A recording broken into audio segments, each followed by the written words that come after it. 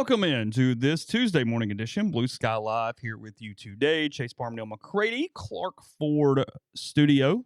There are sports today. You got basketball tonight against Vanderbilt at the Pavilion. The Rebels and Commodores, 8 o'clock tip for that one. About an hour and a half after the first 6:30 start time for Ole Miss baseball is at Swayze Field. They play the Memphis Tigers, a struggling group of Memphis Tigers, at 6:30 here this evening at Swayze as well. The first of a 5-game homestand. Media week. conflict for some on our beat. Oh, yeah, you got to decide. Are you going to hang out with Mike? You're going to, well, you could, oh, no, because the baseball game might not be over until the damn basketball game's over, even starting an hour and a half early. I mean, stressful for some people. You never know. I mean, it's true. What do you do? I mean, what do you do? Where do you get the free meal? What do you do? Well, you could double that up. You could go at 5, get the baseball, and then get over to basketball by like 7:45, 7:30, whatever. Yeah, you could get the free meal there work. too. You can make that work. I don't even take the voucher. They hand you a voucher, which they have catering too for league games. They do, but you get the voucher too. Is that how that works? Voucher as well. I don't do the voucher or partake in the pregame meal. Where does the voucher give you access to? Do you get the steak and shake and stuff, or is it just the regular concession? I don't know.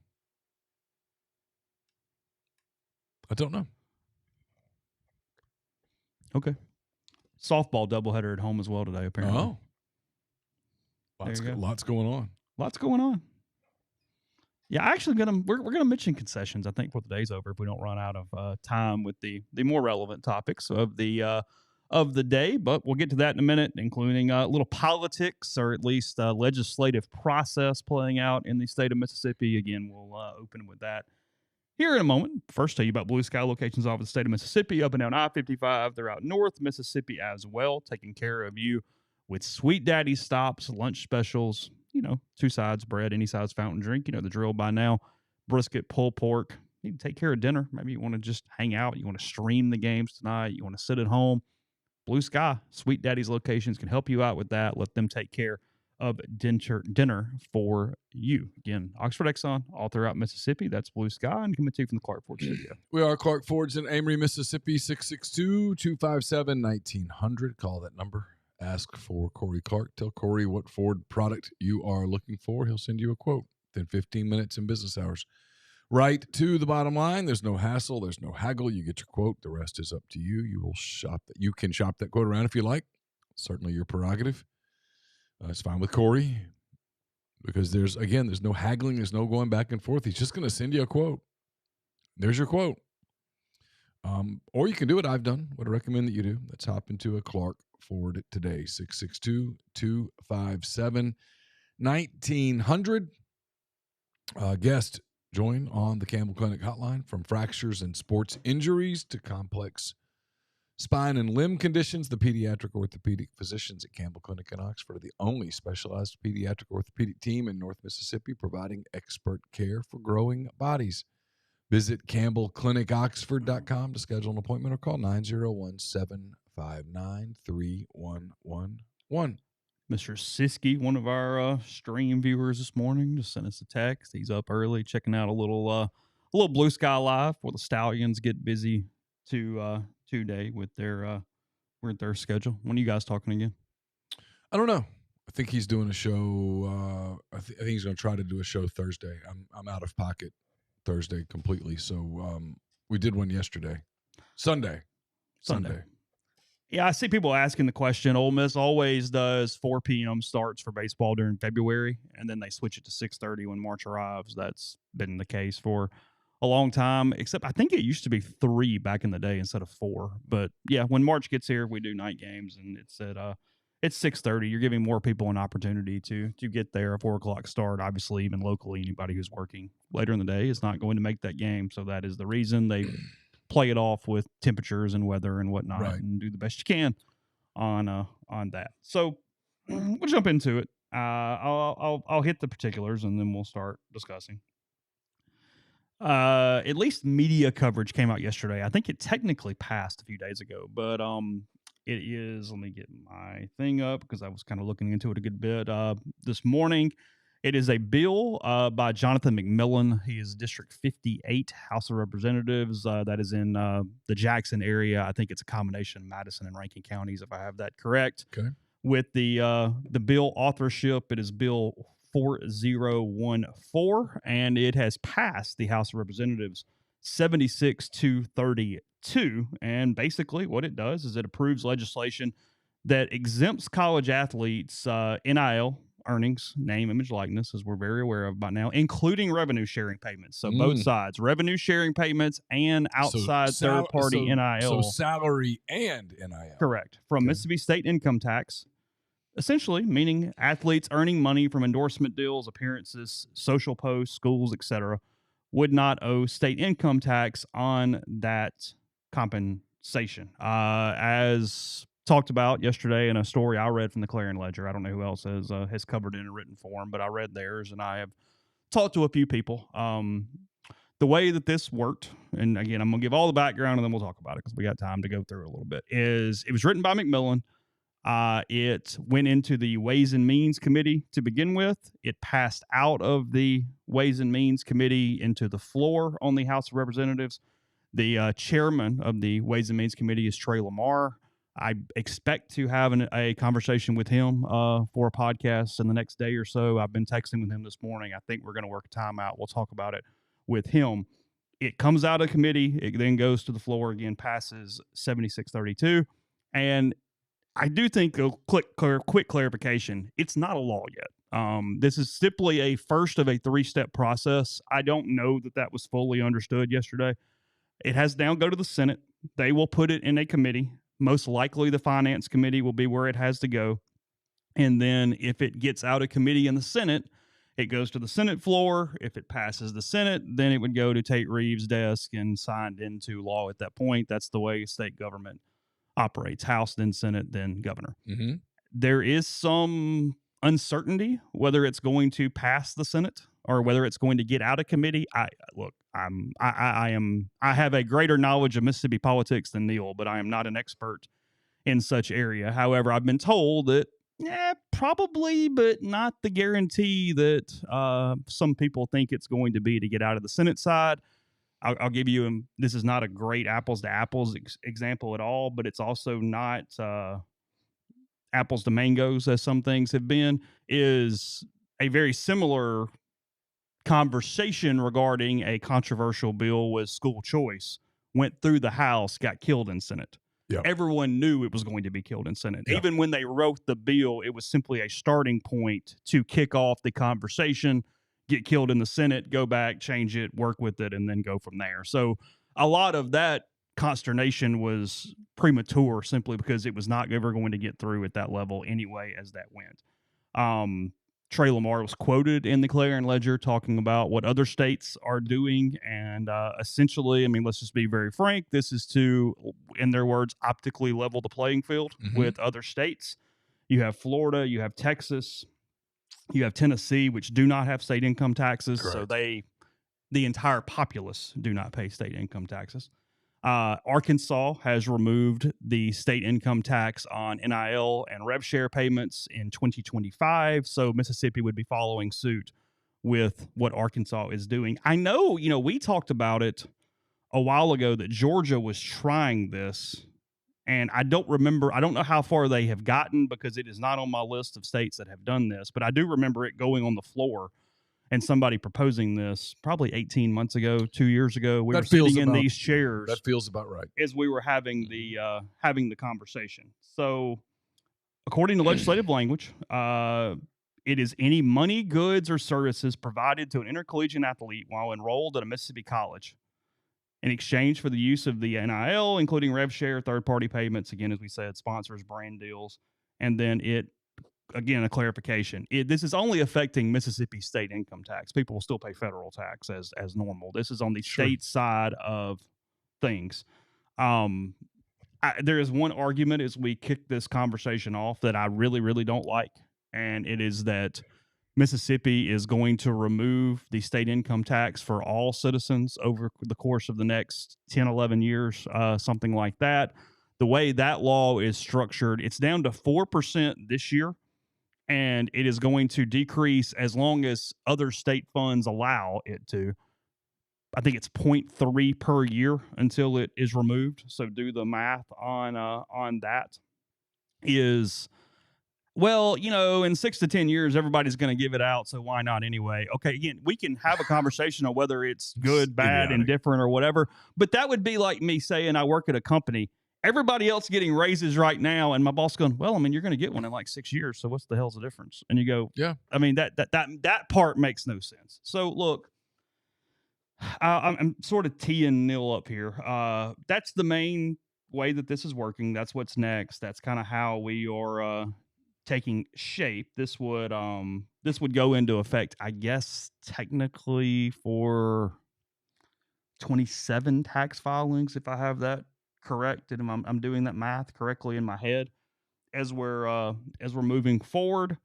My couple quick thoughts here is optics are the huge problem here. There's no doubt about that. Optics are the issue because you are you're saying you are putting, at worst case, you are simply saying that athletes shouldn't have to do what everybody else in the world does, at least in the state of Mississippi, and that teachers and students who are working multiple jobs and all those things, they pay state tax, but by God, the football players don't. That is one side of the coin. The other side, if you are just completely trying to find a way to justify it and make it make sense logically and economically, is that it is more similar to a business where tax breaks bring in revenue to towns, to states, and thus the better you are increases tax revenue in those ways and makes up the difference. Now, I will say this, everybody who goes, hey, this is a straight conversation of look how many people come in at Oxford on a Saturday. Even if you're trying to have that conversation, it's not a gross product. It would be, if you didn't do this, how much worse are the players and what would the tax revenue be versus if you were really good and what the net would be. Like, even if you're having that conversation, it's not a, oh, well, if this had $300 million of impact, that's not how that works. It's a net conversation as you get here. I am not worked up simply because I'm not surprised in any way. I expected this. I have bigger problems in my life than this, and I just don't seem to really care that much, if I'm being frank. But I also fully understand the dissent and the frustration with where this is moving currently. You can look at it and go, how much money is this in the grand scheme? Not that much, frankly. Again, this is an optics thing as much as anything else. It's a fairness thing. It's a fairness thing as much as anything else. Anyway, that's where we are. But I am just sort of in the mode where athletes getting privileges is not necessarily new and is not something that I'm losing my mind over this morning. Yeah, so first I'll say this. My personal thought on this is that I'm against all income taxes. Yeah. I genuinely am. I mean, I think income tax is archaic, draconian, lazy. If it were up to me and I were in charge of the world, there'd be no income tax. There'd be a consumption tax. And government would be small and it wouldn't spend a lot. And we'd go from there. I'm not in charge of the world. My life's at least 2/3 over. I'm never going to be in charge of the world. So my view on this is absurd. That's simply that. It's absurd. When Arkansas did it, it was absurd. When Georgia talked about it, it was absurd. When Mississippi talks about it, it's absurd. You're going to take, in many cases, high earners, and you're not going to tax them, but you're going to tax the rest of the citizenry?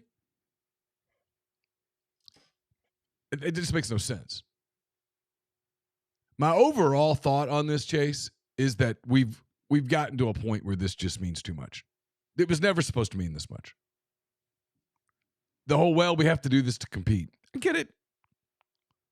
I also am reminded of what my mom and your mom and everybody else's mom said it numerous times in your childhood. 2 wrongs don't make it right. I thought you were going to say jumping off the bridge, but okay, either way. And that we too. can use whichever idiom you would like. And that one's true also. If all your friends jump off the bridge, are you going to jump also? It's more than fair. It's absurd. In a state like Mississippi where you're taxing teachers and law enforcement officers and healthcare providers and people who do things that are actually very important. You're not going to tax athletes who in some cases are making $1 million or more. Not a lot of Mississippians make $1 million. You're not going to tax the ones that play sports. That's fundamentally absurd. Now, I'm like you. I'm not worked up over it. Nothing surprises me anymore. You and I have had this conversation. I think I've said this publicly. There's nothing that could happen now that's going to shock me. No, to the point that honestly, because of, like I said, where we are in the structure of everything, I don't even really blame them. Like I kind of don't. Like yeah. I don't. I mean, I was sort of sitting in the room this morning, going, if I were sitting in that chamber, what would my thoughts be? You know, it's just where we are, which is the bigger problem. I mean, yeah, if you want to put an actual number on it from a rev share side, somebody said, hey, we're talking about $1 million. Yeah, that's what you're doing. You're talking about $1 million. 4% of 40 million, which is Ole Miss and State's rev share amount. That's the starting point of where you would be. You know, again, I had a high sleep score last night. I didn't lose any sleep over this. Not going to lose sleep over it tonight. Not worked up over it at all, but I'm also not going to get mad at the people who do get upset at this and go, this is absurd and this is not fair. This is unfair. I'm with you. You're right. That argument is the right argument. I just think we've gotten to a place with this where this is becoming silly, which is going to lead into the rest of our conversation in a minute. It's interesting to me. I won't name names, but I heard from multiple people in media yesterday who I consider kind of based, normal people. Sure. I don't mean Republican, Democrat. I just mean rational. Who are like, man, this is kind of getting close to the red line, aren't we? I'm like, yeah, I think so. You start seeing the quote from people where people go, this is not sustainable. Maybe we're getting to a place where this is absurd. I never commented on this when it happened, but I'm going to be honest. What's that? So I'm going to pick on the University of Arkansas here. And I bet a lot of universities are doing this. So student fees. Yeah. Yeah. That's criminal to me.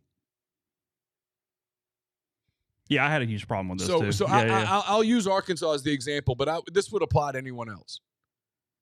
If I were to go to the campus sometime soon to see my son, and I walked that campus,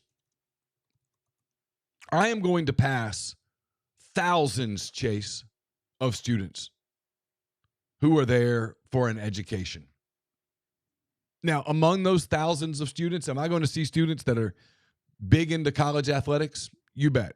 Yeah. I'm looking for exact numbers. Go ahead. Am I going to find students who don't care at all about college athletics? You bet. That's at Ole Miss, too. I promise you. I could walk over to Ole Miss today on a beautiful day. I think it's going to be 77 degrees, nice and sunny, beautiful campus. And I could walk the Ole Miss campus, and I promise you, I can find students who are there who do not care about college athletics. Let me tell you what else I can find. I can find students who are there on student loans. I can find students who are there their families are sacrificing, scrimping to make this work. And I'm going to add to their fees so that other students who happen to run fast or jump high can get paid hundreds of thousands of dollars. It's absurd. That is absolutely absurd. And the people that do it, the institutions that do it, and I know it's most of them, they should be ashamed of themselves. My opinion. You're free to disagree. Please don't get personal. I'm not getting personal. I'm just using the word absurd. It's fundamentally wrong. I promise you, if I were in Fayetteville today, walking the campus, I think I'd know where to go. I'd probably go over there near the nursing school that's really hard to get into, that those kids have to work really hard to get into the program, to get degrees. I guarantee you I could find nursing students there on student loans, Chase. They'll be paying those loans off for years. And we're adding to their debt so that some of their fellow students who just happen to be athletic can make hundreds of thousands of dollars. Someone's going to have to explain to me how that is remotely fair. So I'm reading, and again, we're picking on Arkansas because we were having the conversation. And Yeah. that's what I was Googling. Are these fees true? I mean, you've had 3 kids here, so I'm asking. Trey Biddy writing this story when it first came out. By the way, Arkansas State is who is trying to criminally absolutely disrupt. They are talking about over a $600 annual fee on students for athletics. Arkansas State. Think about that. Yeah. Do the math on that. 600. We're adding over 4 years, you're adding $2,400 of debt to a student. So again, I'm reading from Trey Biddy. Says the University of Arkansas had a record 34,175 students enrolled for the 2025 fall semester. Annual in-state tuition for a student taking 30 hours is $8,092 plus $2,404 in fees for a total of $10,496. His paragraph: would a University of Arkansas parent express outrage seeing a $200 student athletics fee on their bill below lines for facility fees $399, health and wellness fee $129.90, library fee $74.70, media fee $13.50, network and data systems fee $240, student activity fee, which already exists at $44.85, transit fee $84.30, first year experience fee $55, and new student fee $105. Those are already on the books. So fees are already $2,000 per academic year at Arkansas. Again, I'm sure Ole Miss has them. I have no idea what it looks like. I don't either. But yes. Yeah, I mean, the only one I remember, and I just don't remember, man. We've done it a few years where they had a deal. I can't remember how much it was. It was a couple $100 that you paid that got you access to everything. Okay. As a student. Okay. They had one. It seems like they had a package that got you access to like 2 or 3 things, and they had a package that got you access to everything. I don't remember what we've bought. Some years we bought it. Some years we didn't. My kids aren't sports fans. I mean, I guess the girls are out now. I guess they went to a few basketball games. I think Caroline went to a baseball game once. I don't really remember. My kids aren't sports fans. My house, as crazy as this sounds, is not a sports fan house. Certainly not a college sport. We don't ever talk about college sports. Central Arkansas charged $21.50 per credit hour, $6.45 for the 30 hours. I mean, that's Central Arkansas. And that's they're saying, hey, there's no other way for us to pay student athletes. Little Rock doesn't even have a football team and charge $23.50 per credit hour. Paying your basketball teams, paying your baseball teams. It's absurd. That's my opinion. And Big Ben, I'm not picking on you here. I'm not. But he says, if you don't like athletics being a part of cost of tuition, go to the University of Chicago or the Ivy League, LOL. Even if it's not a line item, if your school has full NCAA participation, it's getting paid for somehow. Okay, first of all, going to the University of Chicago or the Ivy League is prohibitive for a lot of kids. And then secondly, then figure out a different way. Charging their fellow students is wrong. God forbid that the student athlete doesn't make quite as much money. In addition to their free scholarship, all of their stuff being waived, they don't pay fees, they don't pay tuition, they don't pay for books, they get housing stipends. God forbid they don't make hundreds of thousands of dollars to play the sport.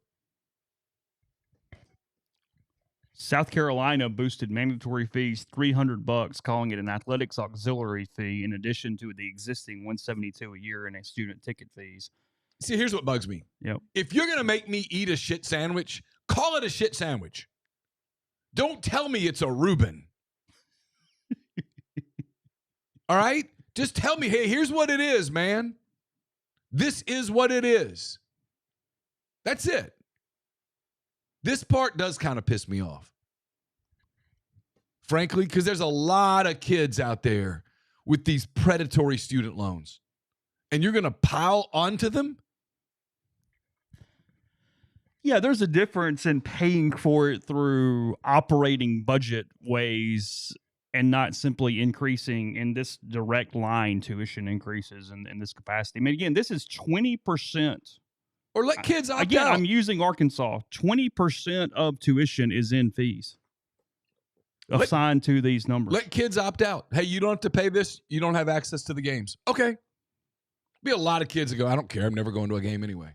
A lot of kids don't have time to go to a game. Florida charges at least a very small amount, $346 per credit hour. Auburn, $113 of its $983 in total in student services fees goes to athletics. Georgia, $106 annually. Yeah, and then here's the thing: you pay these fees, and this applies a lot of places. I can tell you it applies at Arkansas. Hell, half the time you can't get a ticket as a student. You can't get in. You pay the fee, but you can't get in. Mm-hmm. You have to win some sort of lottery or whatever. Why? Because they're selling half the tickets or more to all the corporations. Yeah, especially baseball.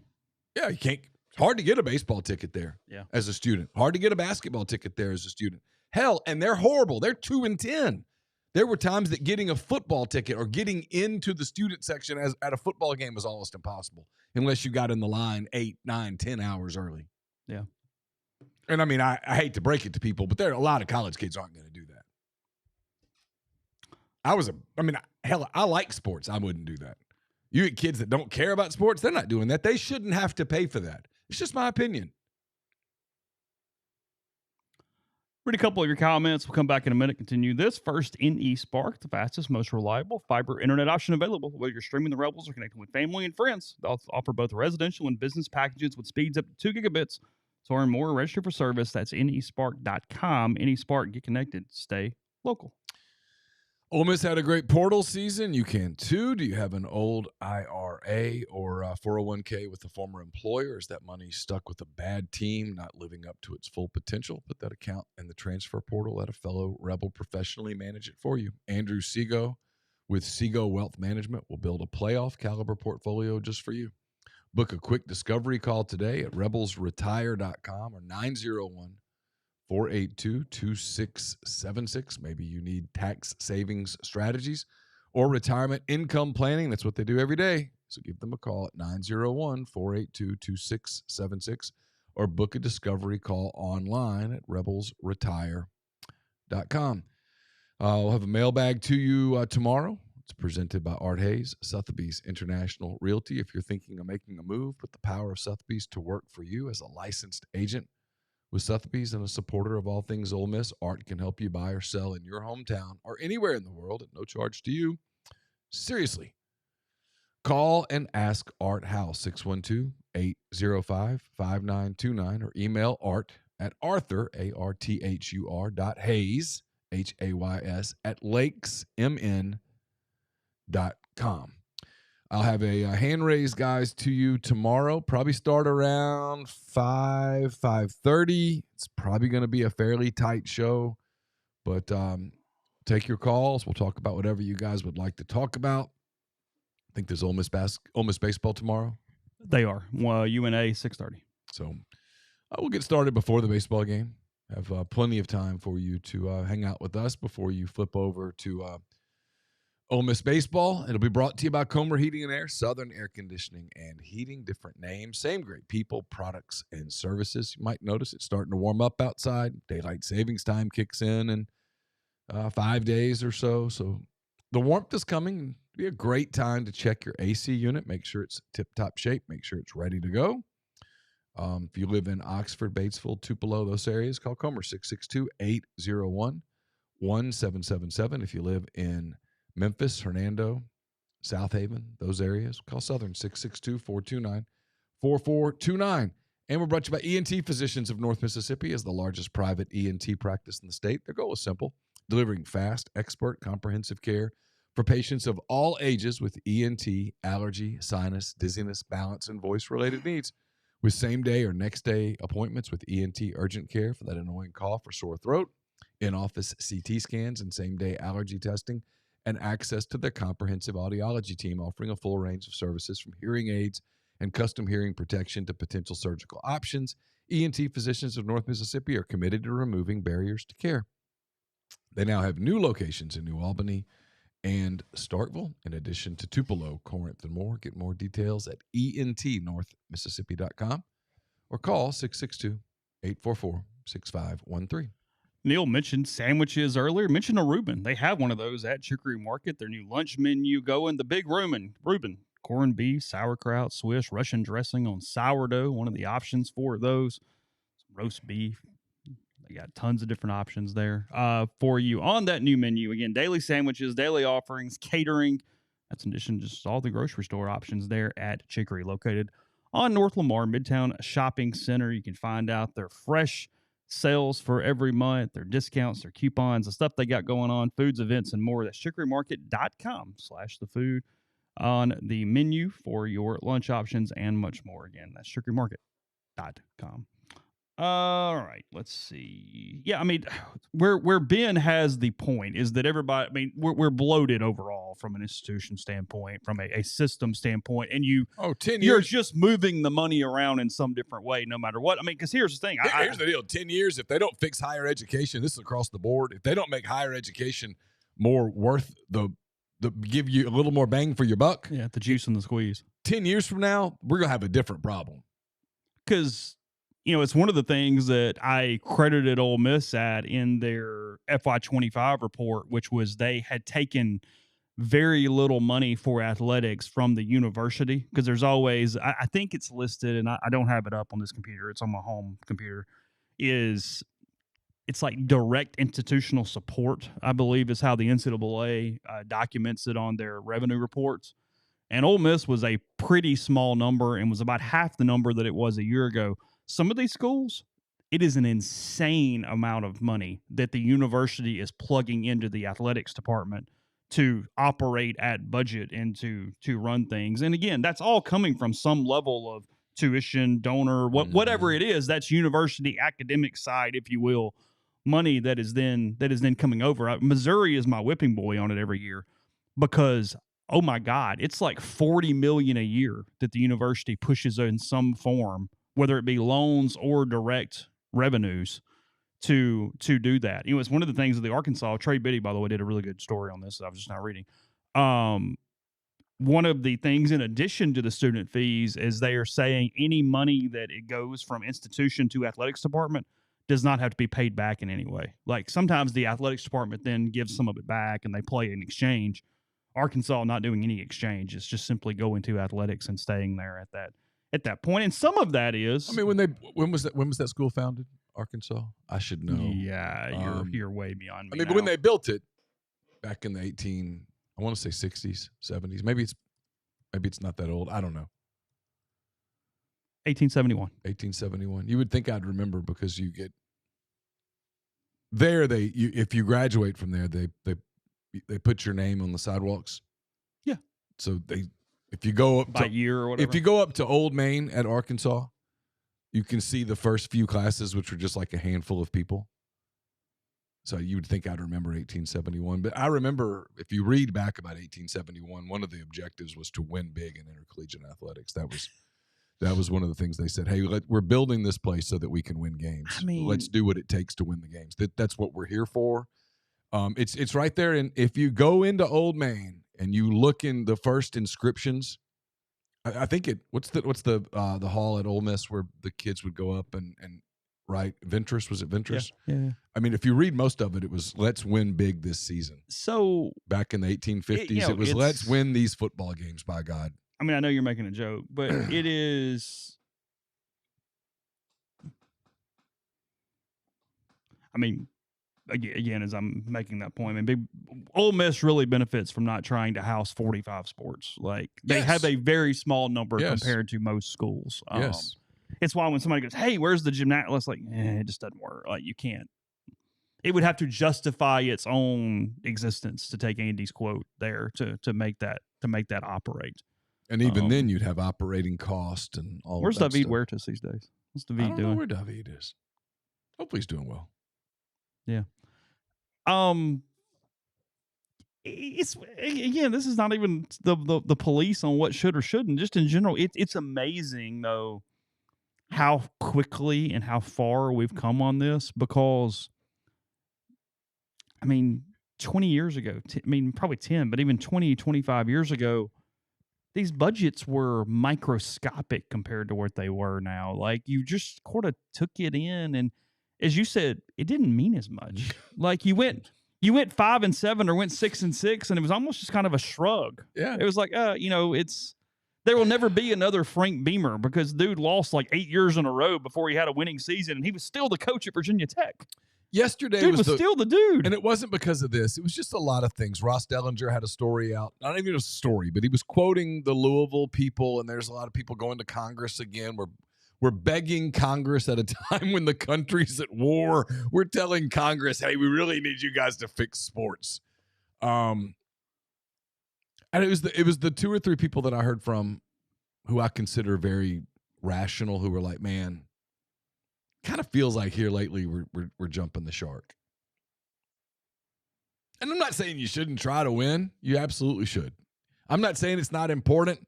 There are people who are a lot smarter than me who say, hey, intercollegiate athletics, especially football and men's basketball, are the front door to your institution. They absolutely matter. I believe them. But I do wonder if sometimes now we're starting to get to a place where I think it's fair to ask, but is it supposed to mean this much? Well, because that's the justification for the previous conversation I was having is that, and I've talked to Keith about this, I've talked to Glenn about this, I've talked to a lot of people about this, Ole Miss and otherwise, is we are simply in a shift where athletic department budgets do not have to actually balance anymore. It doesn't matter. It is a marketing line item under the entire university umbrella where they will be taken care of in some capacity as long as you're not relative to 2026 so frivolous that it is ridiculous. Yeah. And it's just sort of the way we are operating at this juncture. The schools that are frankly in trouble are the ones where the chancellors and presidents are going are like so hardcore academic that they can't even find any middle ground here, because there does have to be some level of middle ground in how this plays out. And I mean, it's one of the reasons Ole Miss has been so successful is that there is really good synergy between those 2 or 3 different entities as they make these decisions. Yeah, I mean, I hate putting numbers on that to it. I mean, Wicked Bruce almost has 20% fewer students. The program hadn't been good for the past 6 years.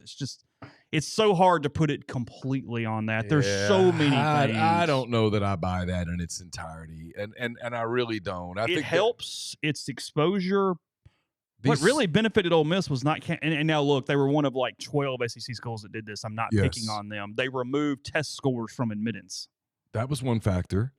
2 is that these southern schools, a lot of them, damn near all of them, have become very popular for kids from the upper Midwest, and the Northeast, the West Coast. People are sending their kids away from one environment, hoping to get them into another. Does it help that you won in football? Sure. But we're picking on Arkansas today. This is the pick on Arkansas. Arkansas has not been winning in football, okay, at all. Like, in fact, they've been really crappy at football. And their enrollment's skyrocketing too. So I think you have to – I mean, Oklahoma's been good at football, but they haven't been great in their enrollment. They're breaking freshman enrollment records every single year. Can't keep up. Can't keep up with the dorms. Auburn's had to, like, cut it. Auburn's had to raise standards to control growth. And they're not winning in football. They went through Hugh Freeze. I mean, and I would also argue that, and this is a good thing. I think this is actually a really, really, really good thing for infrastructure and existence through Oxford and Ole Miss. I think Ole Miss has found the top of its bell curve a little bit, because this year's freshman class was smaller than last year's. Yeah. Now it was still the second or third largest ever. I mean, it's very healthy. Sure. But you didn't need to go insane at that level. Wicked says his evidence is Mississippi State. It's just such a different dynamic. They do not appeal regionally and nationally in way. Now again, the football helmet logo does matter to some degree. It matters. There's no doubt. But it just simply has no name appeal even beyond that from a university standpoint. I hate doing this because I feel like I'm picking on a place, and I don't mean to. Because there's a lot of kids that go to Mississippi State who absolutely love it. But one of the benefits of the job that we have is that you get to see a lot of places. Yeah. And a lot of the stuff that makes it appealing to kids from areas we just discussed. that makes places like Oxford and Athens and Fayetteville and Norman. A lot of God, I hate that I'm about to say this because I'm going to make people really mad, and I don't mean to. A lot of the charm that those places have, I don't know that Starkville really has that in spades, or at least that doesn't have it to the extent that those places have. Well, it. I mean, if we were, and Mississippi State doesn't offer some of the career fields that have the mass appeal to those. What's the word? Flagship. Yeah, flagship. University of Mississippi, University of Oklahoma, Alabama, Georgia, blah, blah, blah. yeah, Alabama, Georgia, Arkansas, Tennessee, whatever. I mean, those, it's just different. Well, and I think State has done a lot here. Yeah, I don't like Norman either, but here's the truth campus, with the State. campus at OU is pretty cool. Here's the truth with State. I'll be very honest here. In a way, I kind of feel sorry for them because they've made a ton of improvements, and they have certain areas of town that are really nice, but it's such a interstate. You just see the stadiums right there off the interstate. You don't kind of get down into it very much. It has a reputational thing that's hard to break. It's hurt by just simply not being as good as Oxford in a lot of the town culture ways. They've done a ton of different things to improvement, and I do think it has helped their situation in a lot of ways. Their funding is way up. I do think State's healthier than kind of they're getting credit for in this conversation. I do too. But yes, from a straight recruiting school size standpoint, there are a lot of different reasons why it just has not attracted the level of out of state students that you would otherwise be discussing at this point. And they've had some bad marketing campaigns that's affected. As dumb as that sounds, I think they've had some weird marketing things on what they're essentially. Well, they've tried to drum up, and I get it. I understand why. They have tried to be heavy in state, and that makes a lot of sense. I completely get why they did that. I mean, Starkville's motto is Mississippi's college town, with the inference that Ole Miss is for out of state kids. I understand why they push that. Frankly, if I were them, I might have steered into that as hard as they did. Yeah, I understand the deal. Yeah, I get it. I get why they do that. So. Is that their thing right now? Ring true? I don't know. I don't know either. That's one of the things. Like the of the 16 schools, does any of them have a TV ad that you look at and you don't want to like shoot it? When those come on during the game. I mean, some of them are so bad. I mean, like across the board. I mean, watch the SEC tournament next week and just random game. And because at some point they'll do when it's Missouri, South Carolina. They'll do the ads for those two schools. And I mean, at the end of it, you'll go, I hate all 16 of these places. Like, my God, just do something normal. But instead it has to be some hokey. I mean, no offense to Ole Miss, but the one where the girl opened the letter from her big sister and stuff, I hated that. Is that the current one? I don't know. It was one a while back. I hated that. Was bad.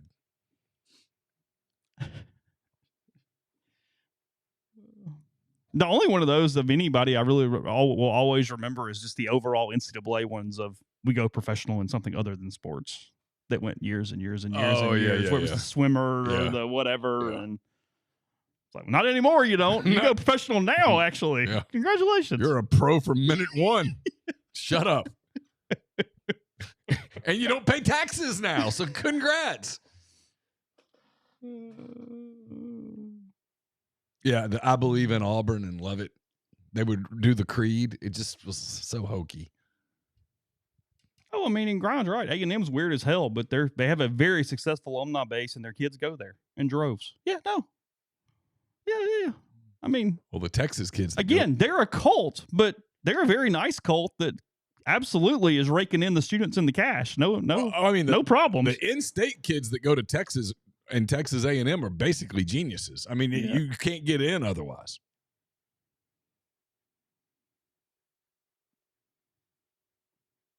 Vince, unless you're studying engineering, going to state over Ole Miss is a lifestyle preference. As a Mississippi resident, same standards and cost. Well, it's true. I mean, the IHL makes it it's very even from those ways from an in-state thing. You are making a decision. Yeah. And again, as you said, this is not an anti-Mississippi State thing. I think in a lot of ways they have a lane that they understand and have thrived in. I actually credit Mississippi State for a lot of things that they do that make a ton of sense. That's made them successful as a university. I mean, if I were hand raised guys at Mississippi State and I was sitting in the back corner, I'd say, hey, if our goal is to, stay relevant, this might be the way to do it. Get the kids from Mississippi and steer into the Ole Miss's rich, pretentious, out-of-state student school. I know that's not the case. I'm talking about marketing. Yeah, I'm talking about perception. You're and marketing. I mean, right. No. So if that's what their reputation is, well, let's steer. Here's into what the other thing they other. do, and I mean this 100%. I'm being serious when I say this. The other thing they have going for them, and this goes for all the way up and down the line, and again, this is not even in comparison to Ole Miss, just in general, because we deal with a lot of schools in different areas.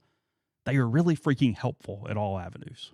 At State? Yes. They are very transparent. They are helpful. They do a lot of things to really emphasize this is going to feel like what you're used to, and we're going to take care of you, especially for in-state students. That's smart. And they've done a ton of waiving for West Alabama, for Southern Tennessee. It's helped Mississippi State a lot in like that Jackson, Tennessee area. Mm-hmm. They've really made big jumps in some of those geographic spots because what they've done.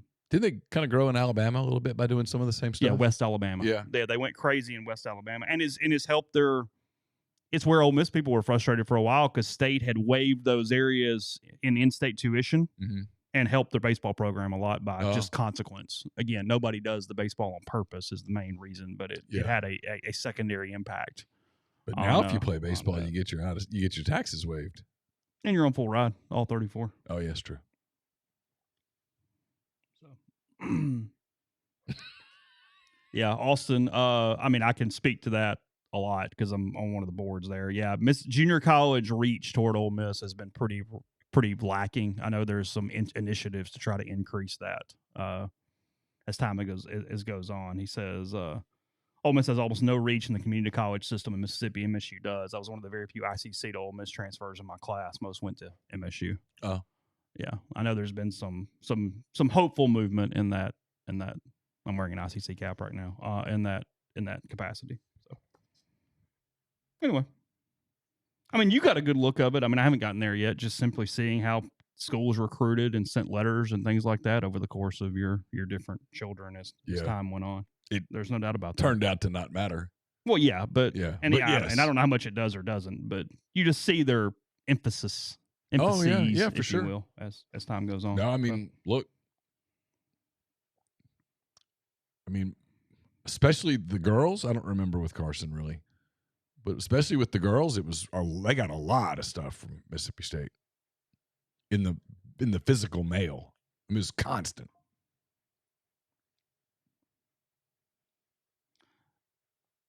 You guys having a good conversation about it in the stream. We'll hit some of that, and then get over into some more sports topics in a second. Hey, by the way, Doors is right. Yeah. In terms of nicest fan base in the SEC, it's not close. Who you talking about? A&M. Oh, they are very nice. They really are. They are the nicest. They are. Period. It's not. I'm just telling you, when you do that ranking. If you had to do the table where you get typical average fan at every SEC school and pick 4 for your dinner table, A&M's probably making your table, even though they are crazy as hell. Ain't no probably to it. Yeah. They're sitting there. And they might even cover the bill. Oh, they're going to be well-mannered. Yeah. Yeah. They are very nice. They're incredible. Nicer than anybody else. I'm really interested in Austin next week. I've never been. Oh. Yeah. Prayers to Austin right now. Yeah. Terrible.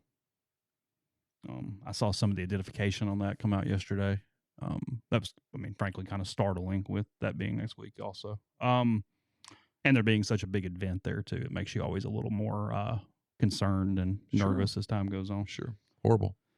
All right, we'll segue out, come back, talk sports in a minute. First, does your home and auto insurance keep going up with the folks at the firm? Proud Liberty Mutual and Safeco Insurance agency partner. Take a look. Found a Ole Miss alum, Brian Hayden. They service the entire Southeastern Conference with a team of licensed professionals. Review your insurance needs, put together coverages to protect you and your family without breaking the bank. Schedule a consultation by calling 662-236-1101 or emailing staff@thefirmsouth.com.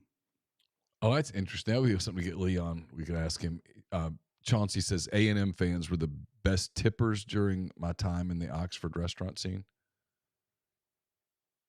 I wonder who the best tippers are, like out of town teams that come That's a in good for question. football games or baseball series or whatnot.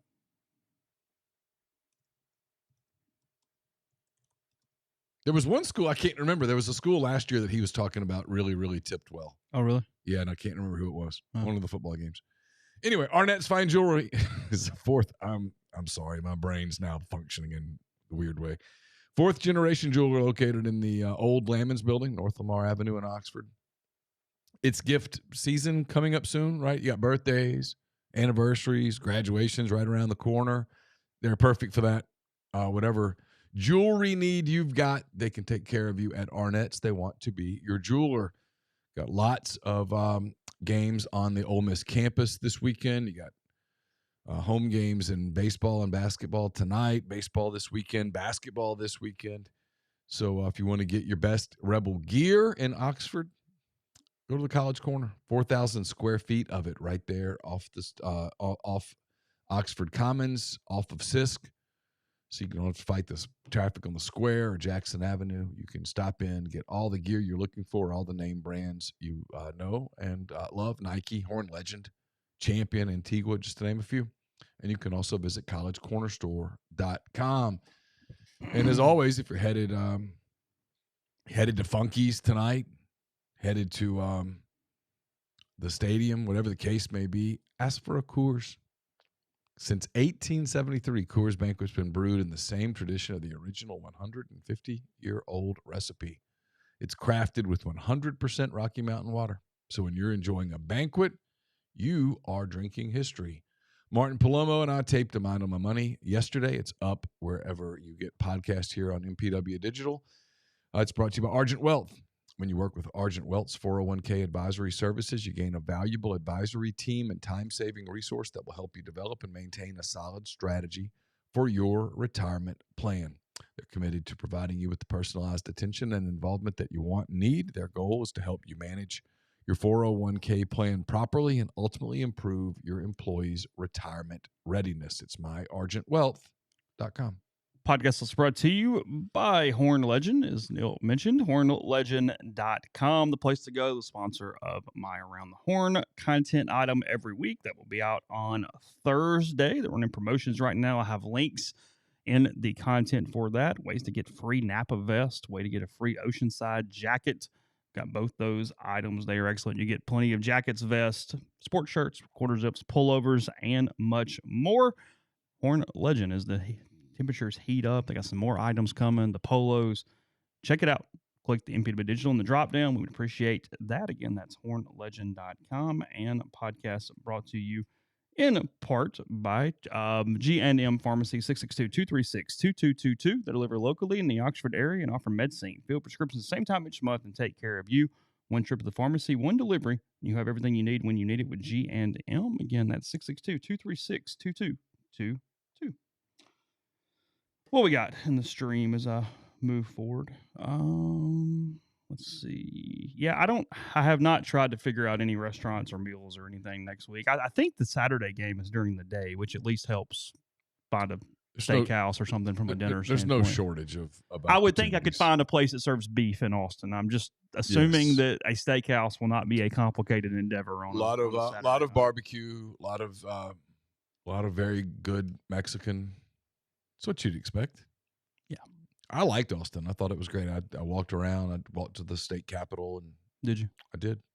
How far is that from campus? Not far at all. Oh, really? Yeah. Okay. I mean, a mile, maybe half a mile. Oh, really? Yeah. Okay. Yeah, I haven't looked to try to figure out. My hotel was 0.6 of a mile to the campus, and the area to walk to the Capitol was on my way, so it was right there. You walked back and forth? I did. Okay. The start times for the game, 6:30, 2:30, 1 o'clock. Oh, I can't beat that. Yeah, 6:30, 2:30, 1 o'clock. Yeah, 2:30. You'll be done by 8. Oh, before that. Yeah. Yeah. Yeah. Well before that. Yeah. So as long as it goes as you would hope. So All right. Ole Miss Vanderbilt to tonight, 8:00.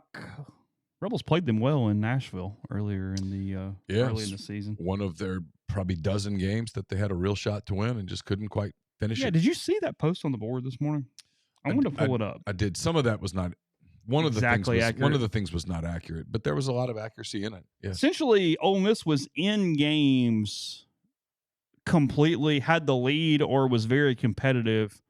At minimum, the final media timeout, and sometimes with 7 minutes to go, something like that. Mm-hmm. And they went 4-12 in those games, as I believe I had the number that was written in that point. Frankly, surprised it was 4, but yes, Yeah, lost a bunch of them. 4-12. I mean, I walked off the court in Austin, and I remember saying to Keith Carter, I saw him in the hallway, and I said, I feel like I cover the same game every day. Just didn't. I mean, look, it doesn't work this way, so I'm not trying to spin it. But there's an alternate universe where of those 16 games, instead of winning 4, you win 9, and we're having a different conversation right now. You know, are they in? Probably not.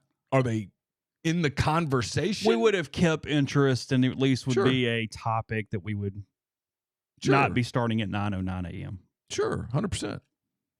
Iowa, Utah, St. John's, Oklahoma, Missouri, Georgia, MSU, Vandy, Texas A&M, LSU, Auburn were the ones he mentioned. Yep. The wins there were Missouri, Georgia, MSU, and Auburn. I didn't remember St. John's being that close. Oh, yeah. Very Okay. close. See, I didn't remember that. Yeah, they were in it. Yeah. Led Iowa at one point with about 5 to go. 7 to go, something like that. Yeah, I don't think it was 11, though. I don't think the lead was ever that big. No, he switched it to 55-54. They were up 1 with 7 to go. Yeah. For sure. I was there.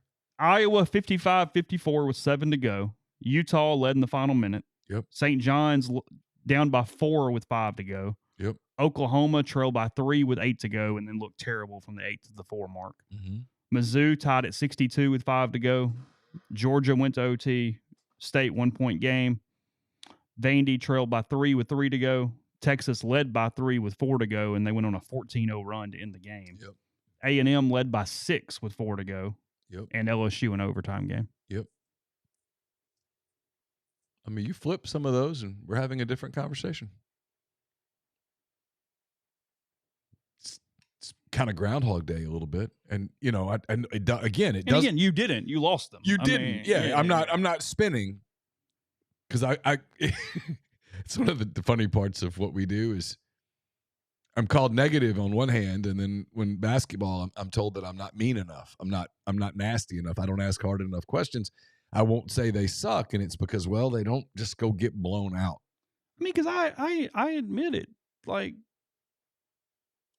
you know, I mean, I think I agree with what the guy said. They just don't have a dog to go get a basket and take over some of those minutes at times. I mean, they just don't. Yeah, I mean, I'm going to write about it next week when it ends, because it ends next week. I mean, barring. If not, then we got a whole different conversation. I mean, Al Michaels' call will have nothing on that Sunday. Chip on a chair, Neal. Chip on a chair. Jim Valvano did not believe what you believe. That's true. He did not. Now, he had an NBA player on that team. Thurl Bailey had a nice career. They had a dog. Is that what you're saying? No, they had multiple dogs. Okay. I mean, actually, if you want to be serious about that team, Sidney Lowe, Derek Wittenberg, Terry Gannon were all sort of dogs. Thurl Bailey was a really good player. You had talented bigs and Cozell McQueen and Lorenzo Charles. That was a good team. From a totally different era in sports, too. Oh, yeah. But, you know, I mean, they just couldn't finish games because they didn't have a go-to guy that could go get you the bucket. That's why in the Auburn game the other day, when they made plays, you're like, son of a bitch.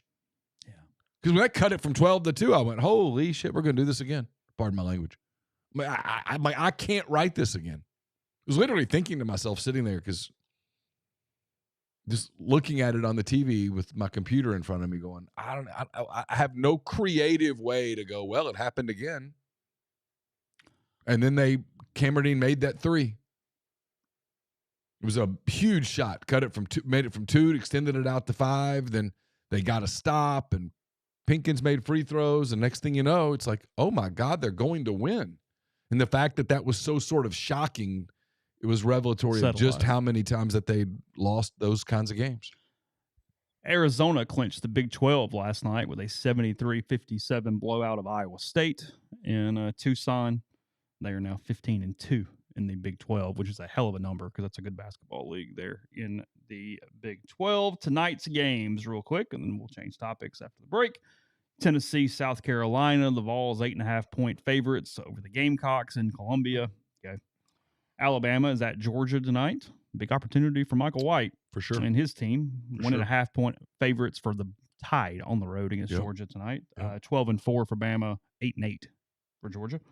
Missouri is at Oklahoma, trying to continue their little bit of a hot streak right now. Oklahoma 5-11, Missouri 10-6, playing for seeding. Oklahoma favored by 1.5 at home tonight against the Tigers. Yeah, they've been playing better lately. Kentucky is a 1.5-point underdog to Bucky Ball and Texas A&M tonight, 6 o'clock. A&M 9-7 could use that dub against Kentucky 10-6. Mississippi State gets to go to Gainesville and deal with Todd Golden and the Gators tonight. Florida is a 23.5-point favorite over the Bulldogs in that one. That is a humongous line. And yet I would not take Mississippi State. I mean, Florida covers it if they want to. But they might not want to. They might not want to. This is not a this is a get through the game situation. Because I think they have Kentucky on Saturday. Do they? Yeah, they played a big emotional game this past Saturday. They might. Yeah, Kentucky in Rupp 3 o'clock on Saturday. They might be a little flat. And then outside of Ole Miss and Vanderbilt, which Ole Miss is a 6.5-point underdog at home tonight to the Commodores, 154.5 on a total. It's Auburn minus 9.5 at home against LSU tonight in the other game. A 9 o'clock start, by the way, SEC Networking in Auburn. What kind of crowd are we getting at Neville Arena tonight for a 9 o'clock tip against LSU? And why the hell is that game tipping at 9 o'clock? Well, they're trying to get there's only one Wednesday game so because they're everybody in windows. They're trying to do this on Tuesday because they're trying to not interfere with the women's tournament on Wednesday. Oh, is that true? Yes. Okay. Somebody asking, do I go to all the midweek games for baseball or give it to an intern? No, I go to most. Not all, but I was telling Neal, I can watch the game while also work a ton, and it puts me in front of a computer to get a lot of work done that I'm not getting done at other times of the day. So there is a mutual benefit to that. Situation. I'll go early tonight just to beat the garage people, and then I'm for sure going tonight. I do not know that I'm covering UNA myself tomorrow. That is kind of where I have my head at for right now. That's understandable. So, I've watched UNA win multiple times. Yeah. Including that Kids Day game where Ole Miss really struggles throughout the past. Kids Day game is not kind to the Rebels. No, it's where I always want to put a flyer on the other team on that one. Just get that plus 380 money line at 11 a.m. in the morning on the Kids Day game. Here's $10. Let's see what happens. I mean, they lost the doubleheader to UAB one year, lost both ends of it when Ron Polk fell asleep in the bullpen because he was a volunteer assistant for UAB at that time. Oh, wow. They lost to UNA. That might have been during the championship season. I don't remember. It was one. No, maybe it was before that. It was like 19 or 20. I think they lost the school day game the championship season. Did they then, too? They lose it a lot. They lost it last year, I think. For sure. Who'd they play? Little Rock, maybe? Somebody like no, yeah, it was Little Rock. I think it was Little Rock. I think it was Little Rock. Yeah. Who ended up beating LSU, enforcing a Game 7 in the regional. Yeah, it turned out they were pretty good. I mean, still, but yes, I understand what you're saying. Northeastern knocked off LSU last night, 13-10. I saw that in Baton Rouge. They were down 10-0 at one point. Jay Johnson pulled most of his starters, put reserves in, and they did get it back to 13-10 by the ninth inning. He's probably kind of pissed at some point early in that game, not showing. Sure, that's very, as a coach, that's Mike has not done a lot of that. I only remember one time that they lost my brain. Minneapolis in 07. They lost to Minnesota in the first game of a doubleheader, and he played all the reserves in the second game of the doubleheader after they lost the first one. Actually ended up being the best thing that happened to him because I don't think Zach Miller was going to get a ton of play that season. And he started that second game, played really well, and ended up being an all-SEC freshman team for that year. So it was a little serendipitous after. I mean, what happened. sometimes things have a way of just sort of working out a little bit. The Gopher stole my cap and wouldn't give it back that day. Really? On the field. Yeah. Took my cap off, and I had a hard time getting the cap back. Did you ever get it back? I did. Okay. Yeah. The Gopher finally gave it back. Cold as hell in there. They wouldn't turn the heaters on. Yeah. Yeah. Cold as hell. All right. Jackson Graber Group, GMFS Mortgage, local trusted mortgage lender right here in Oxford, Ole Miss grad, Oxford High School alum, local in-house processing, underwriting, servicing, construction, local people taking care of your business. Also great in the condo financing world. It's a little different. He's an expert. Let John help you out. So if you're buying a home, refinancing, or just have mortgage questions, gmfsmortgage.com/JGG 662-762-4502. Brought to you by John Edwards, Regency Travel Incorporated in Memphis. John's part of Virtuoso. It's a worldwide network of travel partners. Allows him to supply his clients with added values, unique benefits, simply not available to other travelers. Get in touch with John. Tell him what you are trying to do, trying to create a trip that creates a lifetime of unique memories. So give him a budget, give him some parameters, and then sit back and do nothing. He'll come up with options that you probably won't find on your own. 901-494-3387 or jedwards@regencytravel.net. Get the beautiful, healthy smile you deserve at Corinth Dental. Dr. Bubba McQueen, Dr. Jenny Beth Hendrick are devoted to restoring and enhancing the natural beauty of your smile using conservative, state-of-the-art procedures that will result in a beautiful, long-lasting smile. From routine checkups to advanced treatment, including implants and Invisalign, Corinth Dental is here to help you achieve your smile goals. Schedule your appointment today. Take the first step toward a better version of yourself. It's corinthdental.com. Somebody in the stream asking where was the 07 Minneapolis game. It was in the Metrodome back then. Ole Miss played Arkansas on Friday night, beat them 5-4, and then split a doubleheader with Minnesota on Saturday. Minnesota played Arkansas in 2 games on Sunday. The Citadel was supposed to be in the tournament, and there was a huge blizzard coming in. I was on the same commercial flight with Ole Miss, and they almost rerouted us to Milwaukee at the last minute. But that was when I've told the story probably 5-10 times on the podcast. The pilot said, we're going to attempt to land. And attempt is not the words you typically want to hear when the pilot comes over the intercom, but that was the direct quote. And I feel like everybody just kind of looked at each other and went, he said attempt. And there was no visibility as he was coming in. Finally got there, about like 22 inches of snow on the ground or something in Minneapolis when we landed. The cab ride to dinner one night was very interesting. You were like slipping, sliding all over the place, getting where we're headed. Ended up getting like 4th row seats for the T-Wolves and the Jazz. Could not get a ticket, period, in the arena for the Gophers hockey game that night. Yeah. Nothing. Could not get in, but you could get like 4th row with the NBA game. Did you ever stop by the Quality Leering Center? I guess that was a little before that. Yeah. Yeah. Did not see that. But yes, so yes, Ole Miss played Arkansas, played Minnesota twice, and it was in the Metrodome. The Minnesota people were really confused while Arkansas and Ole Miss and Arkansas fans were really into that game and at each other on that Friday night. There was like 300 Minnesota fans just kind of hanging out, and they're going, these people hate each other. What is going on right now?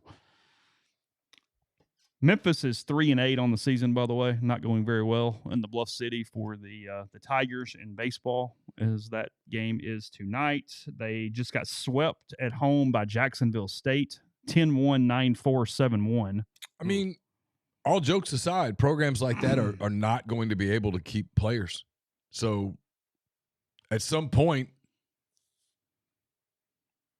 my anticipation is we're a handful of years from programs like that folding them up. It's either that or there is going to be a separate division. Yeah.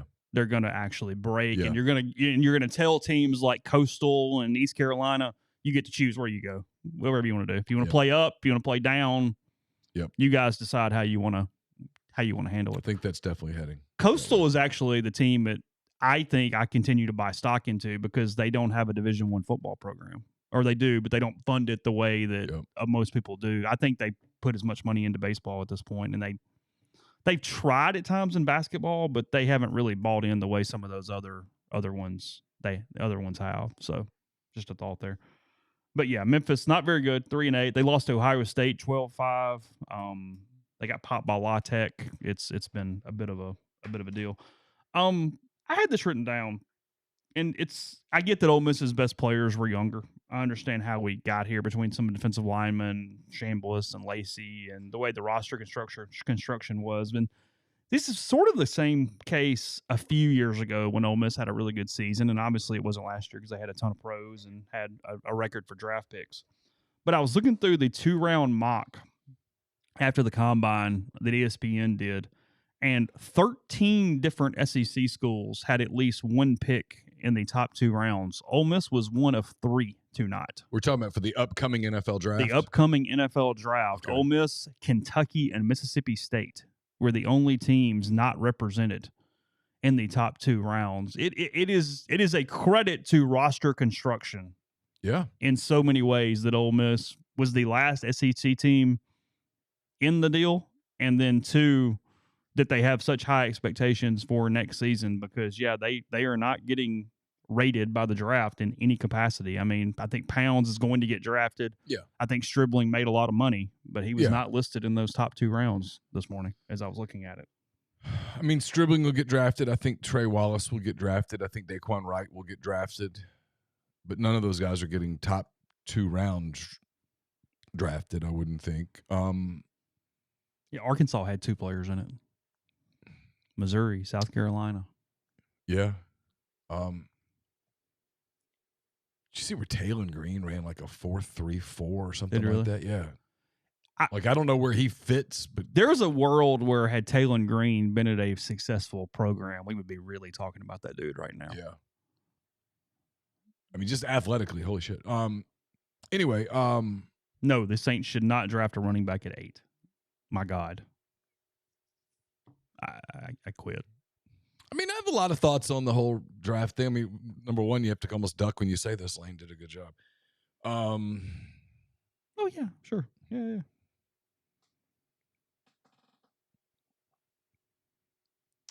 And they've positioned themselves well. They've worked the portal really well. They've gone out and gotten guys who could come in and contribute without having to go to the top of the financial ladder on portal guys. Done that for years now. They've been efficient. They've been very efficient. And so they've gotten a lot of contributions from guys who aren't top 2 round people. Yeah, I thought it was a credit to them and a relevant note as I was looking through this morning. Haynes King ran a 4.4. It was a fast track. There were that whatever was going on there on that day. I get we're all getting bigger, faster, stronger, the whole deal. 90% of it, but that was fast track. It was way different than even last year. They were moving. It's like the wide receiver from Notre Dame's Malachi Fields. He ran like a 4.6 something and is kind of plummeting a little bit because he was aggressively slow compared to what everybody else was doing. Credit to the Cardinals. I had this written down at the beginning. Forgot to get to it. Mentioned it at the beginning. They are doing ticket and unlimited concession items for $29 at St. Louis Cardinals games this year. Okay. Now, it's a little bit of dynamic pricing. If the Dodgers are in town, maybe it's 32. There's a little bit of variance on the price. But for the most part, the Cardinals had been top 10 in attendance forever because they are the best fans in baseball, obviously. Yeah, of course. Yes. Cardinals, best fans in baseball. Seahawks, they're loud. That is the rules of the game and how we categorize pro sports. They fell to like 21st or something last year because the team wasn't very good. They don't expect to be very good this year. It's actually the first year I was reading a story, I think in The Athletic about it this week. It's the first year they either didn't make the playoffs the previous year or had some preseason FanGraphs expectation to be very competitive in forever. Yeah. So it's just a completely different world for the Cardinals there. But the Falcons started this a few years ago, had really cheap concessions. I think the Astros do something similar. There's a few teams in Major League Baseball, maybe the Reds, that do this. And credit to them, because I'll pick on it a little bit. I always make jokes about our meal tickets and stuff, and I try not to eat at baseball every night because I'll be bigger than a house. But they moved our meal tickets up to $20 because I think a burger basket is like $17.50 and chicken tenders are like $17.50. I think the basketball meal ticket's $20. Is it? Or By comparison, $17, $18, something like that. By comparison, the Cardinals chicken tenders, and again, I don't know what comes with them, don't make me start lying, was $11.50. Okay. At St. Louis games. I saw that as I was looking through. I mean, I do think there is the real selling point to increase attendance where lower concessions are a loss leader, because they bring families to games. They give you something to do. If there is some sort of discounted rate, it's why Ole Miss does the $1 hot dog night or $2 hot dog night or whatever it is on midweek games, is come in, get a pretty cheap ticket. You can feed your family, feed the kids, do all these things, and then you move on. Have a good experience. Yeah, when you're having to do the $8.50 hot dog and the $17 hamburger, it just makes it cost prohibitive for a lot of the two things: attendance, and then the muscle memory for getting kids and families simply ingrained into the university and the athletic programs and the whole deal. Because those people have to pay state income taxes. Touche. Full circle. Look, there we go. No, when you price out a regular family of 4.2 or whatever from ever being able to come to your games, I think you're getting into a dangerous territory. I agree with Ben here. He goes, it's genius because eating out's gotten so expensive. It actually makes it economical for someone to just go to 81 games for the damn food. Maybe not 81, but I get the point. It is cheaper to go to Cardinals games and eat as much as you want and catch a baseball game as it would be, now depending on what parking cost, as it would to take them out wherever you go, because it's kind of like the running joke in Oxford and anywhere else at this point. No matter where you go, it's all basically the same damn price. There's not really a ton of difference when you eat out on what it ends up costing, no matter where you eat out for the day. How often do you eat out in Oxford a week? Few. I don't know. Yeah. I mean, it comes in spurts. It's really dependent with us, depending on schedules. And I mean, not much at all if we're actually home and nobody's doing anything. The problem comes when you're just moving in 1,000 different directions and things like that. But no, I mean, it's not aggressive. I meant to get to some World Cup stuff. We're 100 days away from the first matches as of today. Yep. That is the where that's out. Speaking expensive. Jeez. Expensive, but then a lot of tickets aren't selling. I know. Interesting. Yeah, I read a story on that in The Athletic today. Interesting dynamic as that is that coming. Last thing on the Cardinals thing here is the Diamondbacks, Astros, and Reds that have something similar. Those are the three that are doing something like that. And then I saw a price comparison. I was looking for it a second ago. I think somebody said if you just came to the game, bought the cheapest ticket, and then got the same items, this is saving at least $25 a person. And that's if you just get those items one time. I mean, for a family of 4, that's $100. Mm-hmm. Yeah, there was stats in here on it, and I don't see them here at the moment. But here we go. In 2024, the average ticket price for a Cardinals game was $39.49. Chicken tenders $11.49, jumbo hot dog $8.49, 20-ounce bottle of water $5.99, fountain soda $7.39. Even if it's just a ticket, a hot dog, and a bottle of water, that's $54. So you're talking $25, give or take, above that $29 price. Yeah.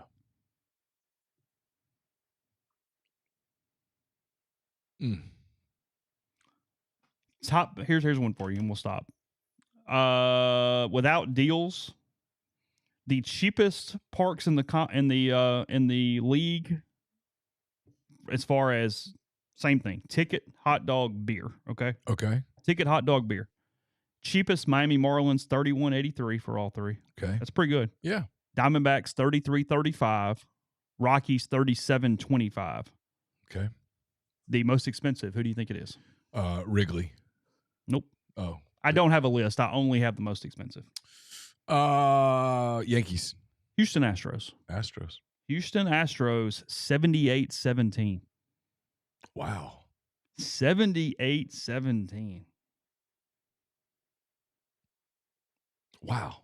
It's expensive. To get in, the cheapest ticket, a beer and a Now, to Stacy's dog. credit here, she goes, that's all after paying $48 to park 2 blocks away. Yeah. I mean, not wrong. It's actually one of the things I like about Wrigley is you just take the L and get off and you can walk to the stadium. Yeah. So, all right, we will wrap there. Talk to you tomorrow. Again, multiple sporting events on campus tonight. Ole Miss, Vanderbilt basketball, 8 o'clock, baseball, 6:30 against Memphis. We'll have both those staff with both of us, and then softball at home today as well. So all that, Rebels 24/7 in the meantime, MPW Digital tomorrow. Take care.